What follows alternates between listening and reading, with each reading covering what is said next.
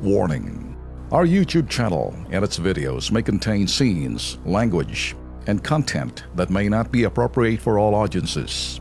These videos include surveillance footage, undercover pursuit of suspects, actual police and rescue operations, and fearless confrontations.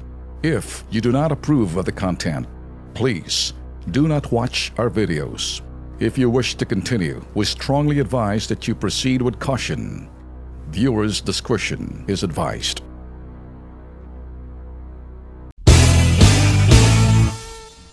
No, ito hong Pangulo na to, hindi natatakot yung, kumbaga, matapos ang terminolohiya ko after 6 years, 5 years more? Who cares kung sasampahan niyo ako ng kaso basta't ko magtatrabaho lang ako? Marami ho nagsasabi, hindi ka magsasucceed dyan, hindi nagsucceed yung Thailand dyan, ganito, ganyan. Sabi nga ni Lugaw, hindi, gawin natin sa Portugal. Gawin natin Portugal na i-legalize, decriminalize yung drugs. Isa ka pang bobo. Isa ka pang, kahinaan, kabobohan, katangahan. Legalizing drugs! Are you guys listening to me, Yellow? Illegalize, decriminalize yung drugs?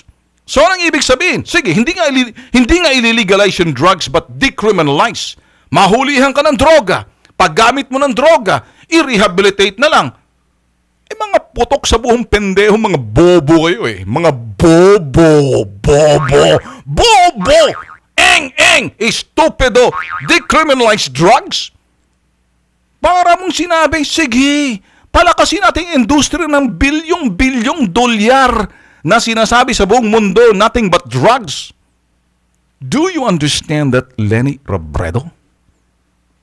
Give me a break.